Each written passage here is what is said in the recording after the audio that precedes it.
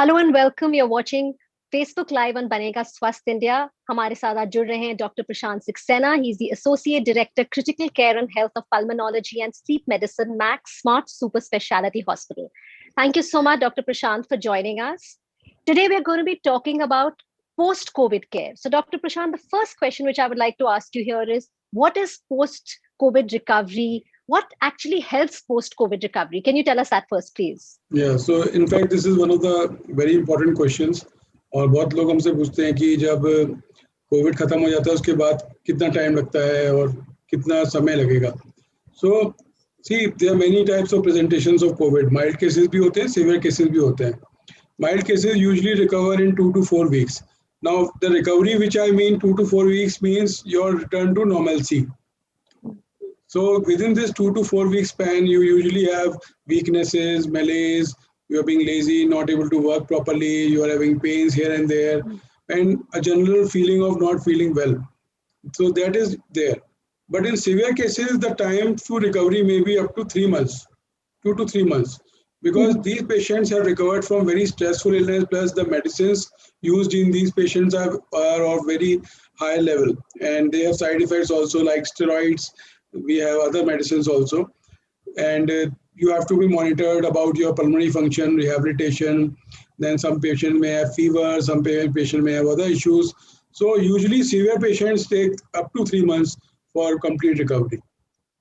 Okay, so when again, like there's so much of doubt, the person comes back home, or even if they recover, the quarantine period is over. कई बार ऐसे होता है कि patient को बार बार fever दोबारा आता है, नहीं तो पोस्ट रिकवरी में हमने ये भी देखा है कईयों को यूटीआई होता है. How does a family, or how do you handle this situation? Yeah, so again, an interesting question, because once the COVID epidemic was over, the first COVID was over, we came to know that even after COVID is over and the COVID is there is no infection, you may still have fever. So mild fever like 99.6, 99.8 can still remain in some patients up to 4 to 6 weeks. And this is known as post-COVID syndrome, or long COVID, as people have termed it now.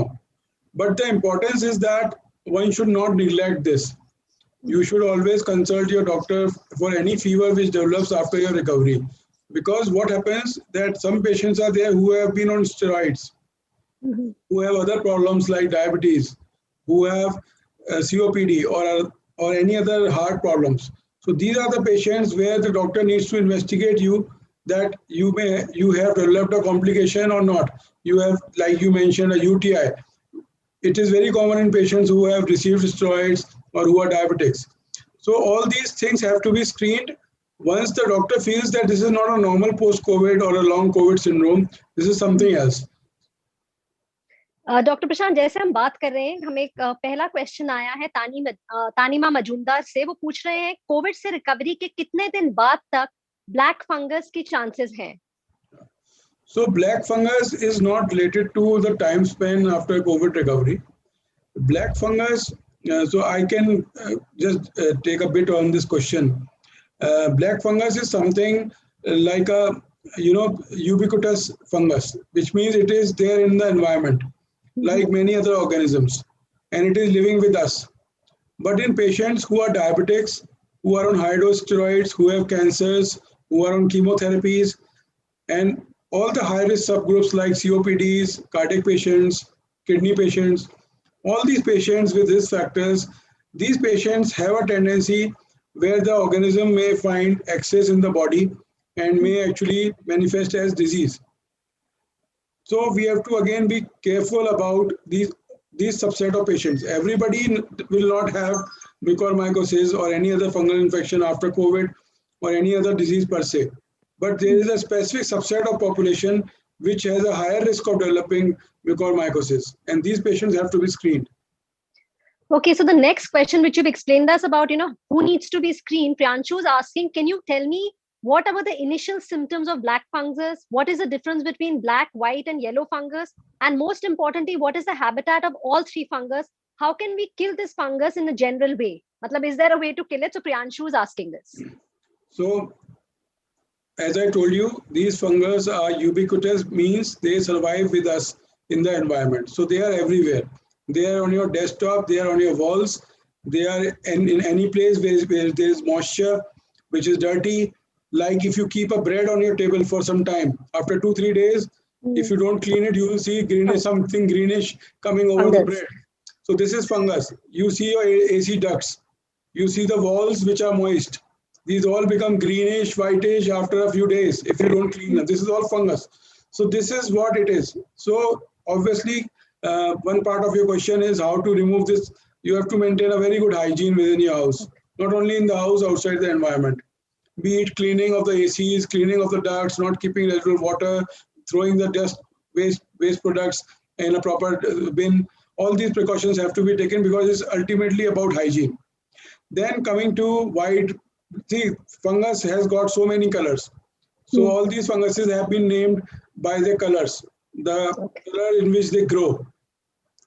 But the thing is that all fungal infections are dangerous to the human beings. Any fungal disease which becomes invasive or comes in your body, it is very difficult to treat, very difficult to diagnose, and then the drugs are also very expensive and long-term drugs are required. So it is a very difficult thing. So one should ideally try not to have a fungus. Then coming to this COVID, why people had a lot of mucor, why people suffered so much mucor that it was ultimately labeled as an epidemic of mucor. Because a lot of patients were on high-dose steroids. A lot of patients were uncontrolled diabetics or became diabetic because of the use of steroids. Because steroids are life-saving also, but if you are not using them wisely and judiciously, then this problem happens. And then again, I told you, this fungus is living inside. It is also inside my body. But if it gets a chance, if it gets glucose, like in diabetics, then it will thrive.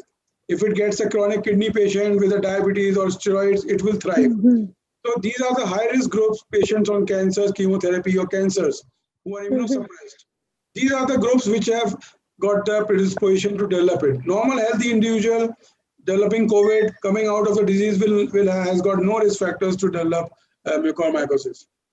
I think that's a very important point, which you've actually, it'll help a lot of people, if you're healthy, I mean, you need to take care, of course. So that's a very important point. Now we have another viewer who's asking कि COVID होने के कितने दिन बाद vaccine ले सकते हैं? Got COVID after taking the first dose. So first dose vaccine लगा होगा. What should I do now? Yeah. So the recommendation of the CDC and the WHO that if you contract COVID after the first dose, then you get your second jab after 3 months from the onset of the first of COVID. So there is a time span of 3 months where you can wait. But again, I would say people, if they want to get their antibody level tested at the end of 3 months, then they should certainly get the antibody level tested, because if the antibody level is very good, then you can again wait for the second dose, because the additional dose may not help at that time. Okay. But if you don't want to get antibody level, the recommendation is wait for 3 months and then get the vaccination. So 3 months he needs to wait for, then he can get his vaccine. And like you said, antibody check kara le. Like you said, Dr. Prashant, check your antibody. What is a good level of antibody? So antibody reference range is different in different labs, but a rough idea is that 3 to 4 times of the higher limit of normal is considered a good response. Okay. And many people have got this misconception that they get the vaccine done and after 3 days they are getting the antibody test done. So this is wrong.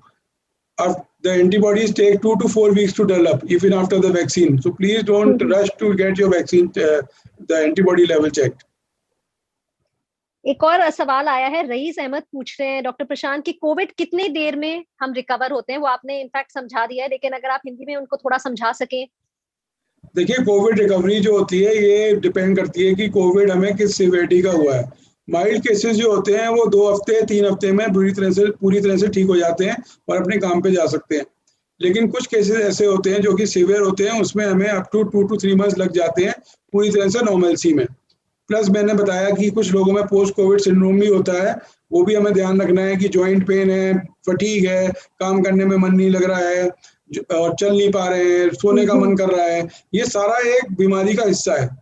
तो ये ना सोचें कि कोई बीमारी हो गई है या कुछ और हो गया है, बट डेफिनेटली डॉक्टर से कंसल्ट करके वो आपको जरूर बताएंगे कि ये सिम्टम्स होते हैं रिकवरी के, नॉर्मल होते हैं। Dr. Prashant, we have a very interesting question. This is about a lady is asking, I've delivered a baby 13 years ago, cesarean. So can you tell me when I can take my first dose of COVID vaccine? So that's what I also wanted to ask you. Can pregnant women, lactating women get vaccinated? That's a very important question at this point. Yeah, so I think it's 13 days. So she's just delivered 13 days back. So anybody previously, when the vaccines were launched, the recommendation was that the pregnant females and the lactating females should not be vaccinated. But now the recommendation has changed. Even if you are pregnant, you can get yourself vaccinated. And after delivery, you can get yourself vaccinated as soon as possible. There is no need to wait. And even if you are lactating, you're breastfeeding, you can get yourself vaccinated. So okay. So that's recommendation. Yeah. Okay. Another interesting question, Dr. Prashant, is how long should one take blood thinners after COVID? So it talks about COVID recovery, but that's again something people don't know. How long should they continue? Yeah. So COVID is an illness in which the blood becomes clotty, or it tends to clot, becomes thick. So important thing is that one should keep himself or herself very well hydrated. खूब पानी पिए, unless there is a contraindication कि आपको पानी पीना ज़्यादा मना है. खूब पानी पीना है. दूसरा दवाइयाँ हैं जो कि आपको सारे डॉक्टर्स प्रिस्क्राइब करते हैं. ये जो एंटीकोगुलेंट्स होते हैं ये हम डे 1 से स्टार्ट कर देते हैं जनरली, क्योंकि क्या होता है कि डिजीज में बिकम सीवियर और में बिकम मॉडरेटली सीवियर पता नहीं होता है. So it is always wise to start early in the course of disease, and recovery होने के 2 से 4 हफ्ते तक हम इसको कंटिन्यू करते हैं. So the expected duration is up to 4 weeks in which you will be given these blood thinners. So one has to be careful also that blood thinners में bleeding tendency होती है, तो कोई भी ऐसा काम ना करें कि आपको चोट लग जाए या स्लिप हो जाए बाथरूम में, या जो लोग शेव करते हैं उनको शेविंग नहीं करनी चाहिए. They should use a auto shaver या without a blade. They should shave themselves. All these things should be taken into account. I think that's another very valid point. Dr. Prashant, Pihu पूछ रहे हैं हम COVID-19 से कैसे बचे और क्या डाइट्स लें. मतलब ये पोस्ट कोविड के कोर्स पर ये प्रिकॉशनरी पूछ रहे हैं. सो कोविड से बचने के लिए देखिए, कोई भी बीमारी हो, चाहे कोविड हो चाहे कोई और बीमारी हो, उसके लिए डाइट जो होती है उसमें antioxidants have got a very good role to play. And I am a believer in nutrition, and I believe our community is deprived of good nutrition. So हमें बहुत हेल्दी डाइट लेनी है, और low fat diet and high protein diet is the best, where you restrict your carbohydrates, you restrict your fats, and focus on high proteins. Vegetarians हैं तो छोले और राजमा, पनीर, दालें ये सब खाएं, और non-vegetarians can go for chicken. Chicken is preferable over mutton. And oil should be restricted to the minimum. सबसे कम oil और butter सबसे कम से कम खाया जाए.